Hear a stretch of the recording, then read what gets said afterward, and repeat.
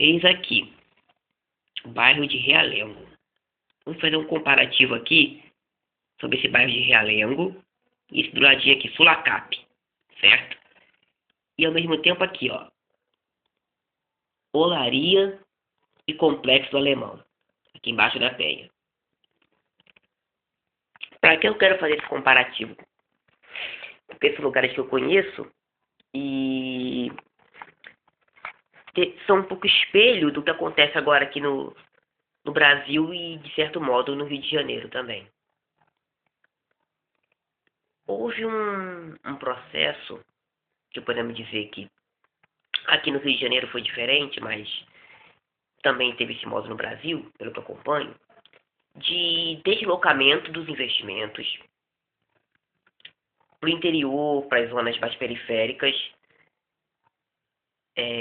Nordeste, para o Nordeste, no desenvolvimento do Nordeste, investimentos no Nordeste, né, que os investimentos públicos se descentralizaram, antes eram muito centralizados no Sudeste, no Sul, e foram para o Nordeste, para o Norte.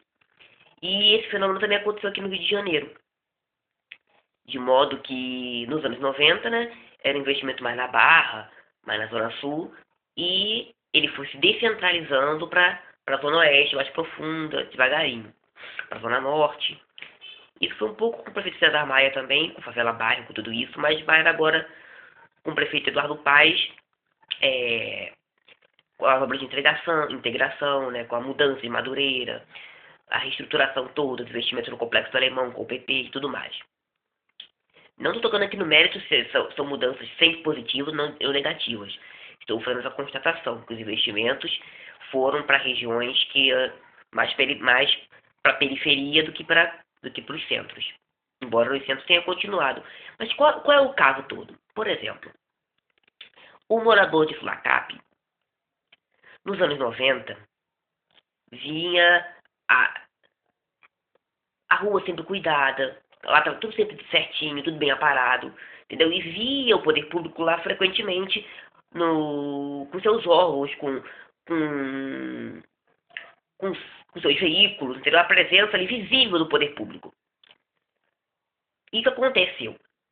Não que Sulacap tenha parado, mas é porque esses investimentos começaram a chegar em mais força a Realengo, tanto federais como municipais.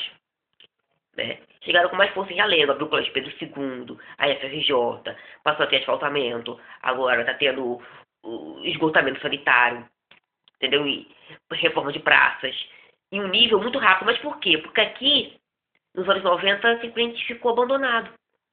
Então, os investimentos que vão chegando a Realengo, dá a impressão que, gente, Realengo está recebendo muita coisa, e Sulacap está na mesma, entendeu? Então, o que dá a entender uma pessoa que mora em Sulacap? Que Sulacap está meio abandonado. Por quê? Porque dá a impressão que, como o Realengo melhorou muito, está melhorando, né? Está tendo vários investimentos, dá a impressão que nada acontece em Sulacap. Então dá essa impressão de que eles estão meio abandonados, mas na verdade não estão. Nós é que estamos, agora o poder público chega aqui devagarinho, ainda é muito pouco, mas chega aqui devagarinho. E é de modo similar que acontece em Olaria. Com a UPP, o que aconteceu?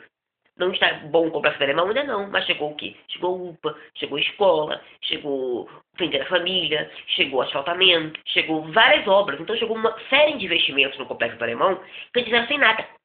E o que acontece? O povo de Olaria olha e lá continua mais ou menos a mesma coisa. Então dá a impressão que eles estão abandonados, mas não estão.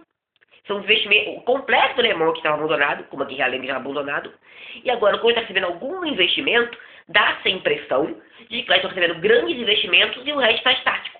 Essa impressão que eu acho que tem aqui no Brasil sobre o Sul e Sudeste, sobre o Norte e Nordeste. O Sul e Sudeste, eles continuam mais ou menos como estão, mas eles se sentem abandonados porque eles veem muitos investimentos chegando no Norte e no Nordeste e não no mesmo ritmo neles, como era antigamente, porque tudo era centralizado no Sul e no Sudeste. Então há um sentimento de que estão abandonados, mas não estão. Isso que eu vejo aqui em vários fenômenos da direita e esquerda, aqui no Rio de Janeiro, na Barra e na Zona Sul, que conforme os investimentos vão se afastando de lá, eles têm a sensação. Que tudo que é abandonado, mas não está abandonado, não. Vê se quanto tempo demora para asfaltar uma rua na Zona Sul e aqui em Realengo no complexo. É porque eles têm a impressão realmente que os outros lugares estão recebendo mais investimento, mas estão, porque estão muito mais abandonados que eles. Mas não é assim que eles vêm. Eles vêm de modo que eles se sentem um pouco abandonados, um pouco né? Estão um pouco perdendo alguns privilégios, né? Que para eles eram normais. Para eles aquilo era normalidade. Mas a normalidade não é, porque a normalidade deles se fazia às custas da nossa desgraça.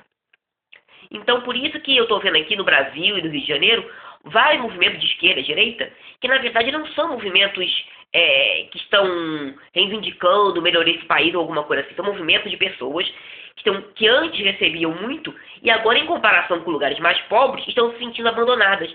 Estão se sentindo como se tivessem menos, quando isso não é verdade. É esse sentimento que eu estou vendo aqui no Brasil e no Rio de Janeiro também.